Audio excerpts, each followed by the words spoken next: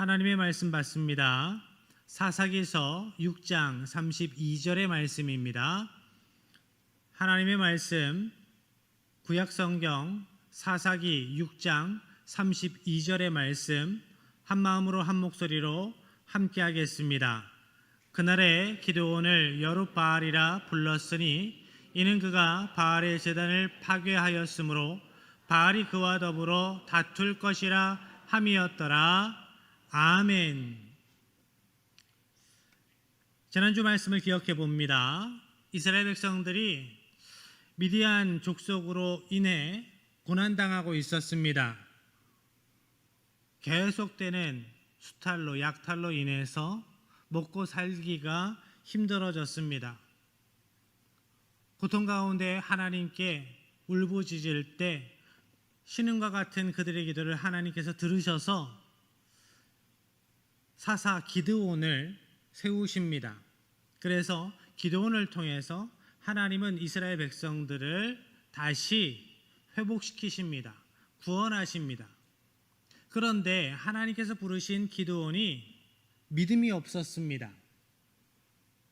하나님께서는 계속 사명으로 부르시는데 자신이 힘이 없는 사람이라고, 배경도 좋지 않다고 계속 하나님께 변명합니다. 그러면서 하나님께 표징을 구하지요. 믿음을 달라고 하는 겁니다. 저에게 기적을 보여주시면, 하나님께서 놀라운 능력을 보여주시면 믿음을 가질 수 있겠습니다 라는 거예요. 그런 마음으로 표징을 구합니다. 하나님의 사자가 이야기를 합니다. 고기와 떡을 가져와서 바위 위에 두어라. 그 위에 국물을 쏟아 부어라. 기드온이 그렇게 이야기한 대로 행할 때에 하나님의 사자는 지팡이를 그 고기와 떡에 갖다 댑니다. 그때 바위에서 불이 일어나 그 모든 떡과 고기를, 축축하게 젖은 그 떡과 고기를 불살라 버렸습니다. 하나님께 간구한 기적이 눈앞에서 보였습니다. 그러면 믿음을 가져야 되는데, 믿음의 담대함을 얻어야 되는데, 기드온은 믿음의 담대함이 아니라 두려움 가운데에 쌓였습니다. 두려움. 이제 나는 죽었구나 하면서 벌벌벌벌 떨고 있습니다. 이 상황이 아이러니하지 않습니까? 하나님께 구한 대로 받았습니다. 하나님의 임재를 생생하게 경험했습니다. 그런데 만족함이 아니라, 평안함이 아니라, 기쁨이 아니라 두려움입니다. 인간은 하나님에 대해서 알고 싶어하고 만나고 싶어 합니다. 그런데 막상 하나님 앞에 서면 무의식적인 공포 가운데에 사로잡힐 때가 있습니다. 그 심령 깊은 곳에서 두려움이, 걱정이, 근심이 올라옵니다. 왜 그럴까요? 왜 두려움이 있을까? 바로 죄 때문입니다. 인간은 자신이 알든 모르든 죄로 인해서 하나님을 두려워합니다. 전능하신 하나님, 모든 생명의 근원이신 하나님을 두려워하기 때문에 그 심령 가운데에 평안이 있을 수가 없습니다.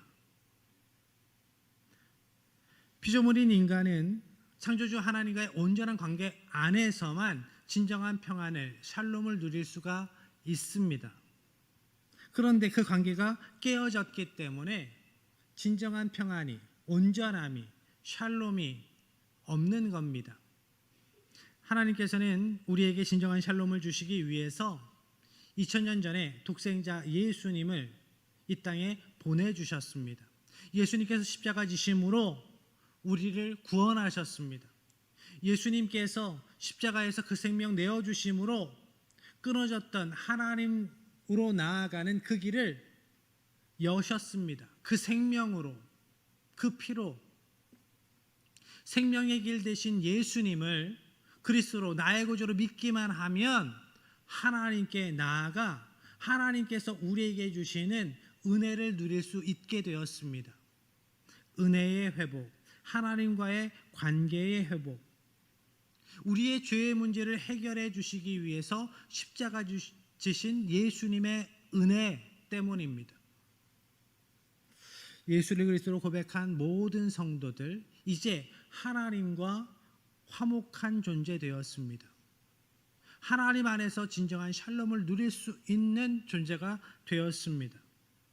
결핍으로 인해 온전함을 샬롬을 누리지 못했던 우리가 예수님의 십자가 보혈의 은혜로 말미암아 하나님 안에서 온전함을 샬롬을 누리게 되었습니다.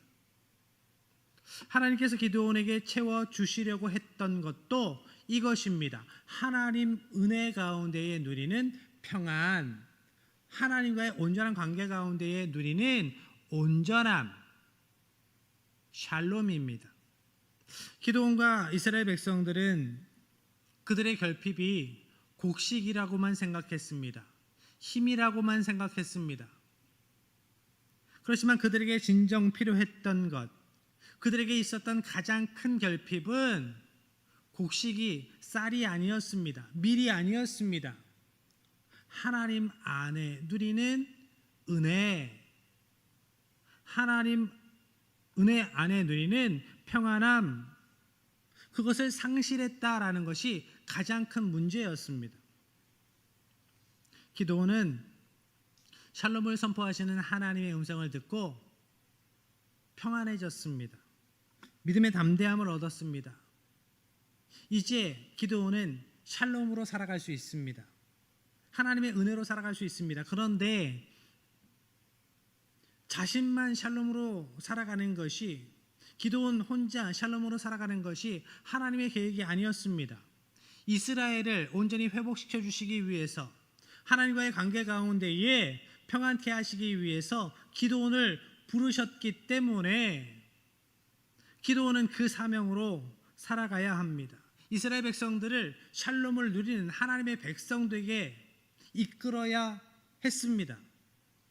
하나님은 기드온이 이 사명을 감당하도록 한 가지 미션을 주십니다.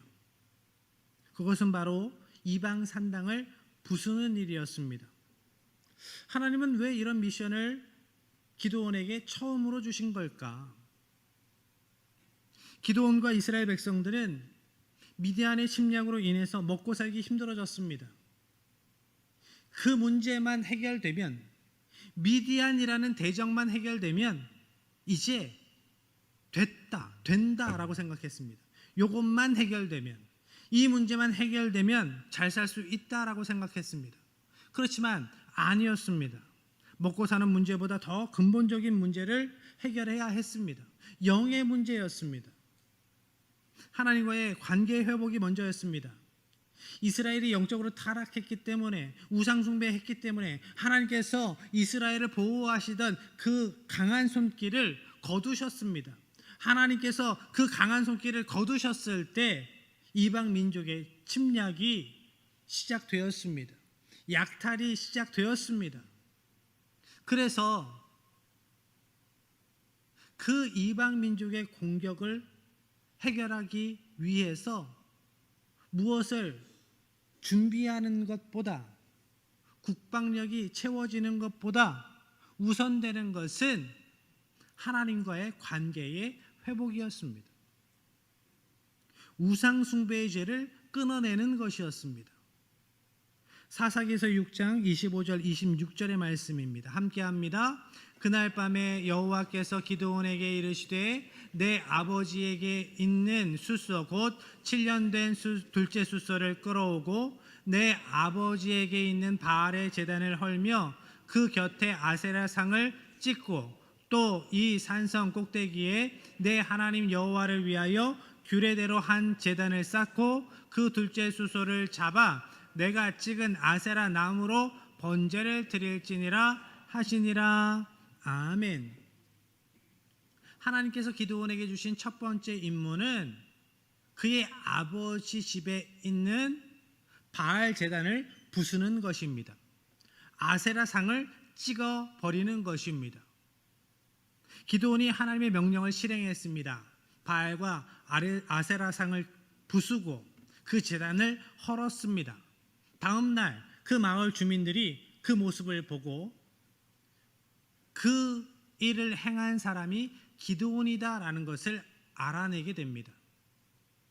그래서 마을 사람들이 기드온을 죽이려고 몰려듭니다. 그때 기드온의 아버지 요아스가 그 사람들에게 이렇게 이야기를 합니다. 31절입니다. 요아스가 자기를 둘러선 모든 자에게 이르되 너희가 바알을 위하여 다투느냐? 너희가 바알을 구원하겠느냐? 그를 위하여 다투는 자는 아침까지 죽임을 당하리라. 바알이 과연 신일진데 그의 제단을 파괴하였은즉 그가 자신을 위해 다툴 것이니라 하니라. 아멘. 요아스의 집에 바알과 아세라 상이 그 우상을 숭배하는 제단이 있었다라는 것은 그가 우상 숭배하는 제사장의 직분을 감당했거나 그것은 아닐지라도 우상을 섬기는데 앞장섰던 사람이라는 뜻입니다. 그런데 그런 사람이 자기 아들의 목숨이 위태로워지니까 이렇게 이야기를 하고 있는 겁니다. 너희가 지금 바알을 구원하겠다고 여기 찾아온 거야? 신을 구원하겠다고? 신을 위해서? 신이 너희를 구원해야지. 바뀌었잖아. 만약에 바알이 진정한 신이면 바알이 다툴 것이다. 바알이 행동할 것이다.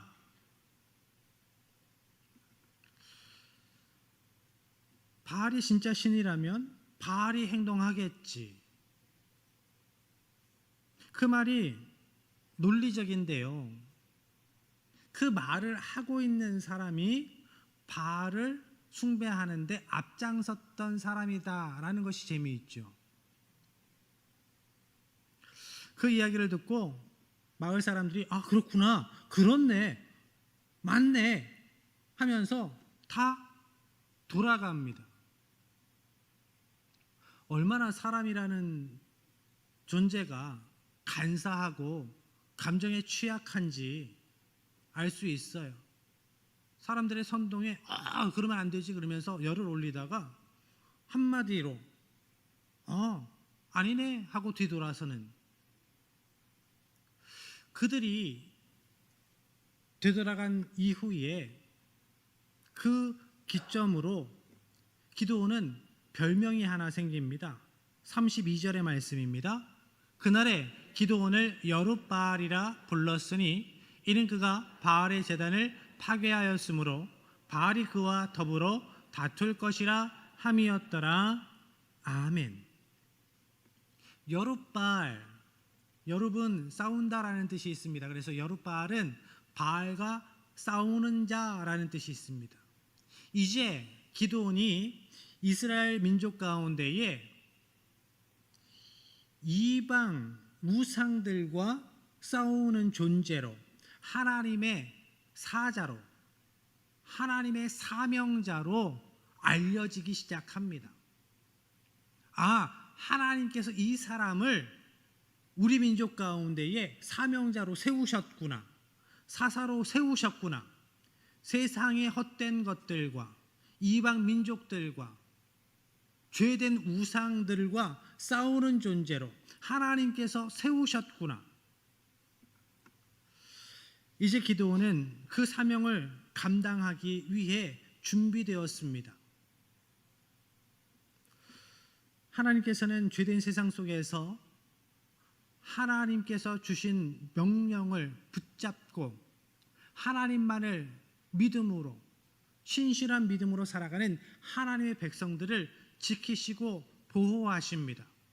그래서 하나님 안에서, 하나님의 은혜 안에서 누릴 수 있는 샬롬이 무엇인지를 풍성히 알게 하십니다. 이제 기드온을 통해서 하나님께서 이스라엘 백성들에게 그것을 풍성히 알게 하실 겁니다. 오늘 여러분의 삶은 진정 샬롬이십니까? 모든 면에서 여러분은 평안하십니까? 하나님 안에서, 하나님의 은혜 안에서 여러분의 모든 삶은 온전함을 누리십니까? 결핍이 없으신가요? 만약 여러분의 삶 가운데에 진정한 샬롬을 상실했다면 어떻게 해야 합니까? 눈앞에 보이는 문제보다 더 중요한 근본적인 문제를 해결하기 위해 애써야 합니다. 우리가 하나님 안에서 진정한 샬롬을 누리려면 먼저 하나님을 향한 제단을 다시 쌓아야 합니다. 우리의 믿음을 다시 점검해야 합니다. 하나님과의 관계를 다시 점검해야 합니다. 하나님께서 이스라엘 백성들에게 샬롬을 주시기 위해서 먼저 하나님과의 관계 회복이 먼저였습니다. 성경시대의 이스라엘 백성들이 하나님과의 올바른 관계를 소망하면서 드린 예배가, 제사가 있었습니다. 무슨 제사일까요? 화목제입니다. 화목제.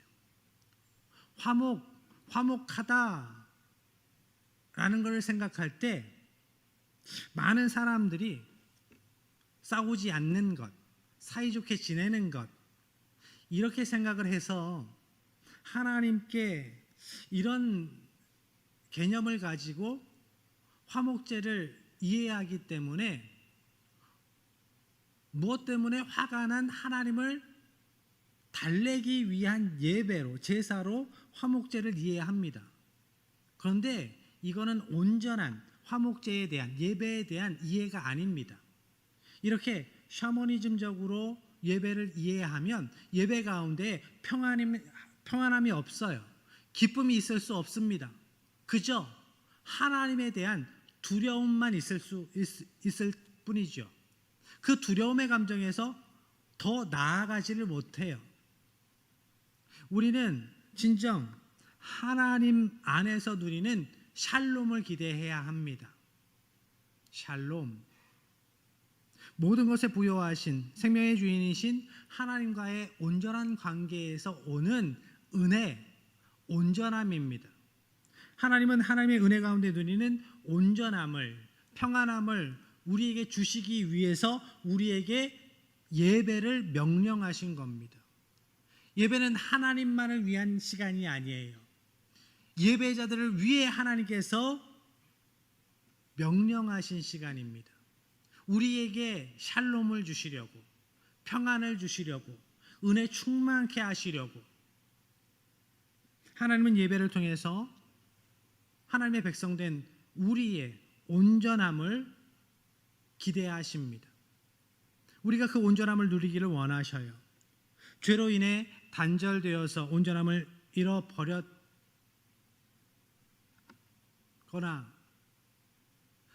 마음의 상처를 입어서 평안을 잃어버렸든지 온전함을 잃어버린 상태에서 다시 하나님의 은혜로, 죄 사함의 능력으로, 하나님의 말씀으로 위로받아서 온전한 상태로 회복되기를 원하십니다.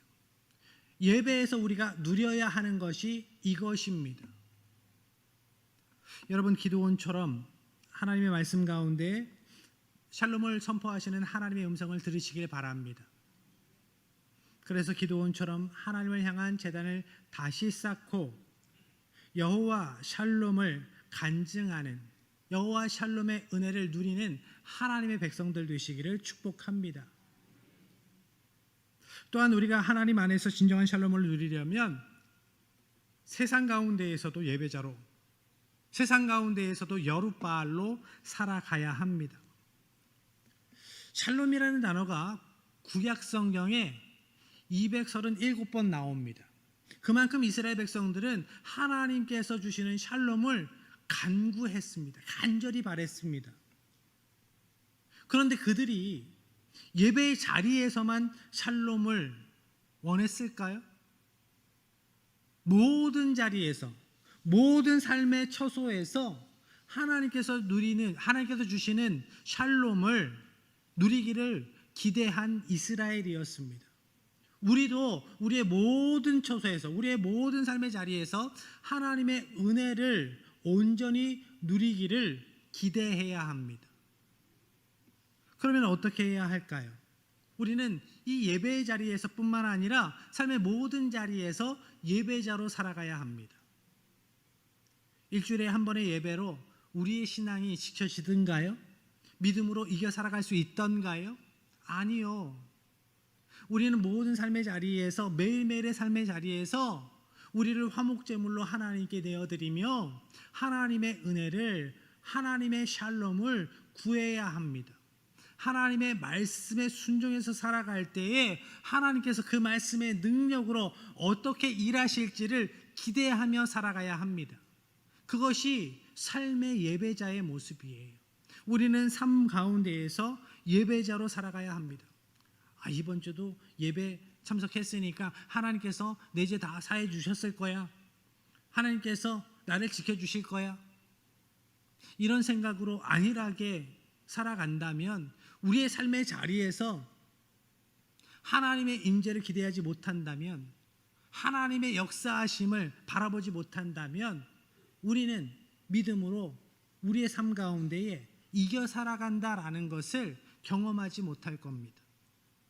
하나님의 은혜 가운데에, 하나님과의 온전한 관계 가운데에 살아갈 것을 사모하시길 바랍니다. 매일 나에게 주신 말씀을 기대하며 말씀에 순종할 것을 결단하면서 살아가는 하나님의 백성, 그러한 백성과 하나님은 함께 하십니다. 그리고 우리가 모든 삶의 자리에서 하나님께서 주시는 샬롬을 누리기 위해서 우리는 죄된 세상에 맞서 살아가는 여룻바알이 되어야 합니다. 예수 믿는 사람이라고 하면서 죄된 세상 사람들과 별반 다를 것 없이 살아간다? 문제죠. 삶의 자리에서는 사기치고 거짓말하고 다른 사람들을 음해하고 그렇게 살아가다가 일주일에 한 번 예배 자리에 나와서 거룩한 척, 얼마나 하나님께서 가식적으로 보시겠습니까? 그러한 이들의 예배를 하나님은 역겹다고 하셨습니다. 그런 자의 예배를 받지 않으시겠다라고 말씀하세요. 우리는 삶의 자리에서 구별됨으로 살아가야 합니다. 성별됨으로 살아가야 합니다. 하나님을 믿는다 하면서 세상의 헛된 신과 하나님을 겸하여 섬기는 것, 그것이 더 큰 문제입니다. 그것이 가장 큰 문제입니다. 이스라엘 백성들이 하나님께 예배하지 않은 것이 아니었습니다. 하나님을 예배하면서 세상의 죄된 모습 그대로 살아갔고, 하나님을 예배한다 하면서도 바알과 다른 우상들 앞에 무릎 꿇고 그들을 겸하여 섬겼던 그들의 모습을 하나님께서 가증히 여기셔서 심판하셨습니다. 다시 한번 기억하길 원합니다. 하나님과 세상을 겸하여 섬길 수 없습니다. 하나님만 섬기는 하나님의 백성 되시기를 축복합니다. 하나님께만 여러분의 믿음을 두시기를 축복합니다. 많은 크리스찬들이 좋은 게 좋은 거라고 이야기를 합니다. 그렇게 섞여 살아가는 것이 지혜라고 이야기를 해요. 어느 정도 세상과 타협하고, 죄된 세상과 타협하고, 죄와 타협하고 살아가는 것이 지혜라고 이야기를 합니다. 아니요. 성경은, 하나님은 그렇게 말씀하신 적이 없습니다. 세상 가운데에서 믿음 지켜 살아가는 것이 얼마나 힘든지 아세요라고 이야기를 하면서 자기의 죄된 모습을 합리화하려고 해요. 인간적인 마음으로는 아유 힘들겠네요 이렇게 이야기할 수 있겠죠. 그렇지만 하나님은 절대로 그것을 간과하지 않으십니다. 우리는 이것을 기억해야 해요. 어디에 기준을 두고 살아가는가? 하나님의 말씀입니다. 하나님의 뜻이에요. 하나님은 우리에게 분명하게 말씀하십니다. 샬롬을 원하느냐? 샬롬을 원하느냐? 여룻바알로 살아가라. 진정 하나님께서 주시는 은혜를, 샬롬을 기대한다 하면서 하나님의 사람으로 살아가지 않는데, 하나님의 말씀으로 살아가지 않는데 어떻게 그런 인생 가운데 하나님께서 은혜를 부어주실 수 있겠는가 말씀하시는 겁니다. 세상의 우상에 무릎 꿇지 말아라. 세상의 죄를 이겨 살아가라. 하나님의 명령을 따라 모든 삶의 자리에서 예배자로 살아가는 하나님의 백성 되시길 바랍니다. 세상의 죄와 섞여 살아가지 않는, 세상의 죄를 단호하게 끊어내고 여룻바알로 세상의 헛된 신을 싸워 이겨 살아가는 하나님의 백성으로 살아가는 여러분 되시기를 축복합니다. 그러한 여러분의 삶을 통하여 하나님은 놀라운 은혜를, 샬롬의 능력을 생생하게 보여주실 줄로 믿습니다.